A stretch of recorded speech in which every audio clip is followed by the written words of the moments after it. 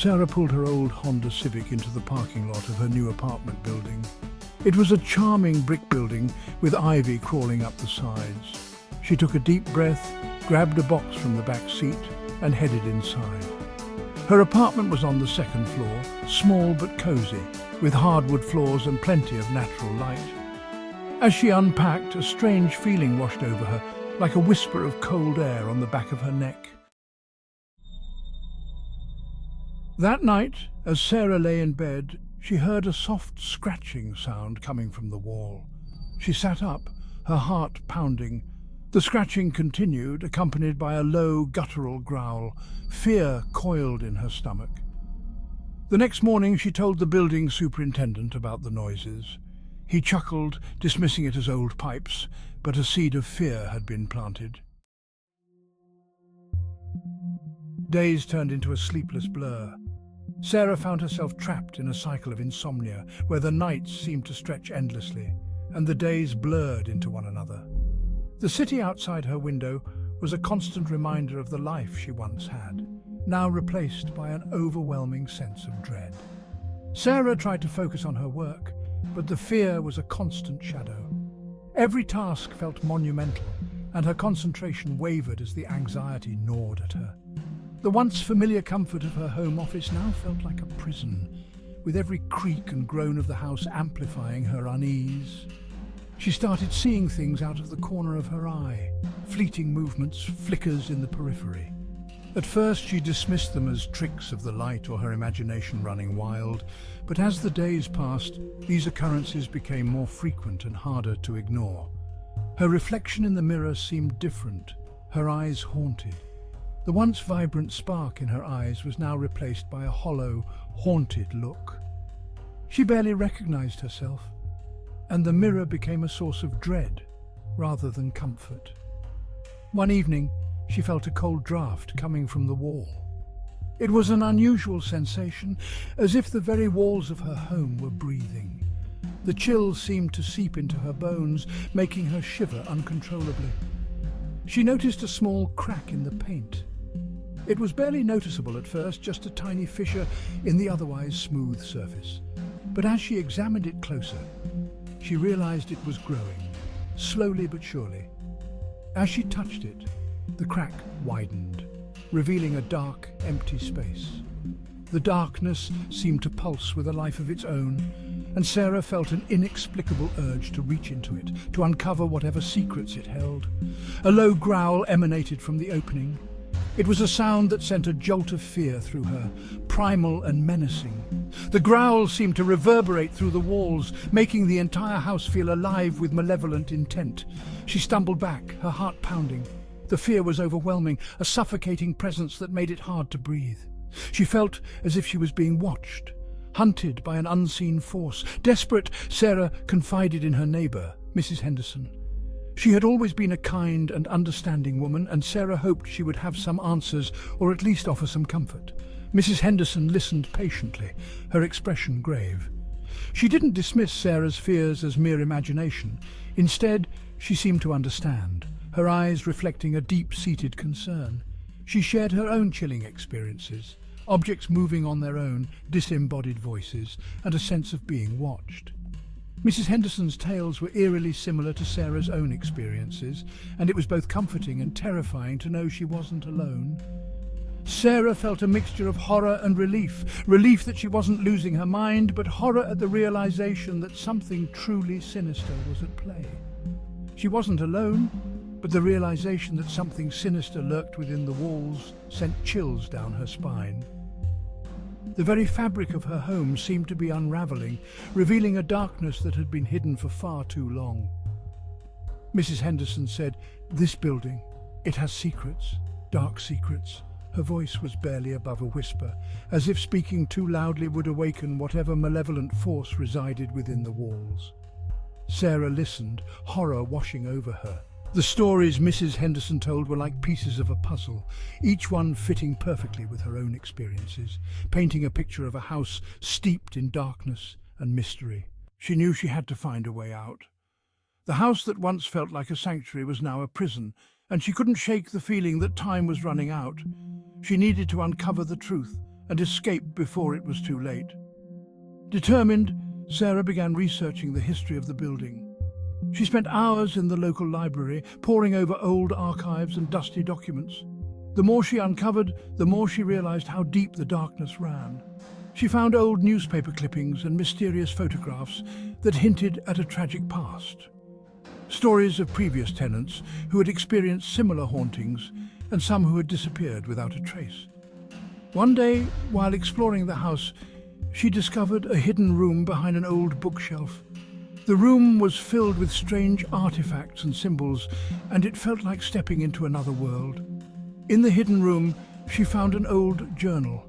The entries were cryptic, filled with references to dark rituals and malevolent spirits. It was clear that whoever had written it had been deeply involved in something sinister. Sarah read the journal by candlelight, the flickering flame casting eerie shadows on the walls. The more she read, the more she felt a connection to the previous tenants, as if their spirits were guiding her. As she delved deeper into the journal, the paranormal activity in the house intensified. Objects moved on their own, and she heard whispers in the dead of night. It was as if the house was reacting to her discoveries. Despite the fear, Sarah felt a steely resolve. She knew she had to confront the darkness head-on. The journal hinted at a way to banish the malevolent spirits, and she was determined to see it through. She gathered the items needed for the ritual, following the instructions in the journal meticulously. Each step felt like a test of her courage, but she pressed on, driven by the need to reclaim her home. The night of the ritual, the house was eerily silent. Sarah performed the ritual with a mixture of fear and determination, chanting the incantations and following the steps exactly as described. As she completed the ritual, a dark entity appeared before her. It was a terrifying sight, but Sarah stood her ground, refusing to be intimidated. She recited the final incantation with all her strength. The entity let out a deafening roar before vanishing into thin air. Light filled the room, and the oppressive darkness that had plagued the house lifted. Sarah felt a sense of peace for the first time in weeks. She looked around, relieved. The house felt different, lighter. Sunlight streamed through the windows, and the air was filled with a sense of renewal. Sarah knew she had won, but the experience had changed her forever. Despite the victory, Sarah decided it was time to move out. The house held too many memories, and she needed a fresh start. She packed her belongings, ready to leave the past behind. As she drove away, she glanced at the house in her rearview mirror. It looked like any other house, but she knew the secrets it held.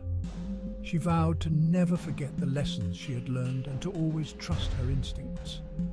Sarah looked ahead, ready for a new beginning. The road stretched out before her, filled with possibilities. She had faced the darkness and emerged stronger, ready to embrace whatever the future held. But did she? It was a dream. The terror was playing tricks with her mind. She was awakened by a burst of sinister laughter. Scared and afraid, she considered asking Mrs. Henderson for advice. Armed with Mrs. Henderson's corroboration, Sarah confronted the landlord. She recounted her experiences, her voice shaking.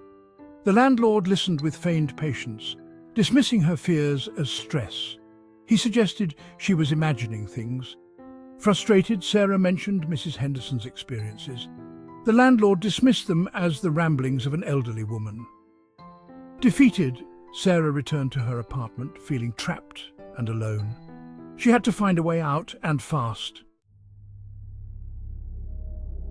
That night, a piercing shriek jolted Sarah from her sleep.